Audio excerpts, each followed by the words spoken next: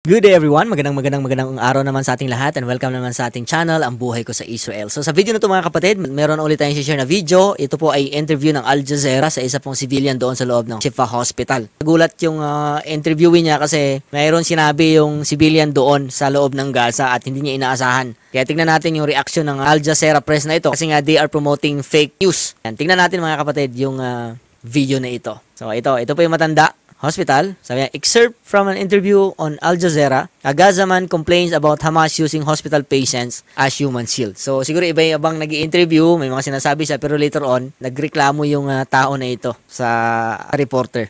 Sa loob ito ng hospital. Ayan. Sabi niya, regarding the resistance forces, nagtanong yung lalaki na ito. Sabi niya, regarding the resistance forces that hide among people, why do they hide among people? So, regarding sa mga Hamas na ito, na nagtatago sa mga tao, bakit nagtatago sila? Tao, ibig sabihin, why they hide under this hospital?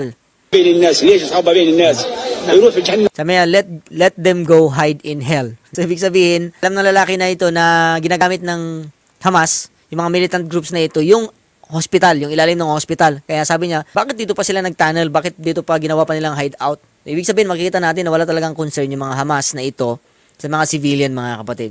So, lalabas ito mga kapatid yung katotohanan. Tingnan niyo po yung sinabi niya. This is, no? So, hindi na pinatapos ng reporter na ito kasi nakita niya na against na sa Hamas yung sinasabi ng tao. Ayun, no? Nagsasalita pa siya. This is the testimony of the resident. So, diba? Ayan, you cannot hide the truth. Ayan, lilitaw ang katotohanan, mga kapatid. So, this is a person from Gaza. Nagtanong siya, bakit dito pa yung mga resistances na ito sa nagtatago sa mga tao, na maraming tao, and doon na lang sila sa impyerno magtago. So, hindi po yan galing sa amin. Galing po yan doon sa isa sa mga residente sa Gaza na deep in their heart, meron silang galit sa Hamas na ito na hindi naman talaga makatarungan because they are using schools, hospitals, and any important government facilities para pag-imbakan ng weapon and gawin nilang taguan, kanlungan ng mga rebelde na ito. So, ayan, maraming salamat mga kapatid. Siyempre, kung bago ka sa aking channel, don't forget to like at subscribe mo na rin mga kapatid. At siyempre, meron din po tayong YouTube channel.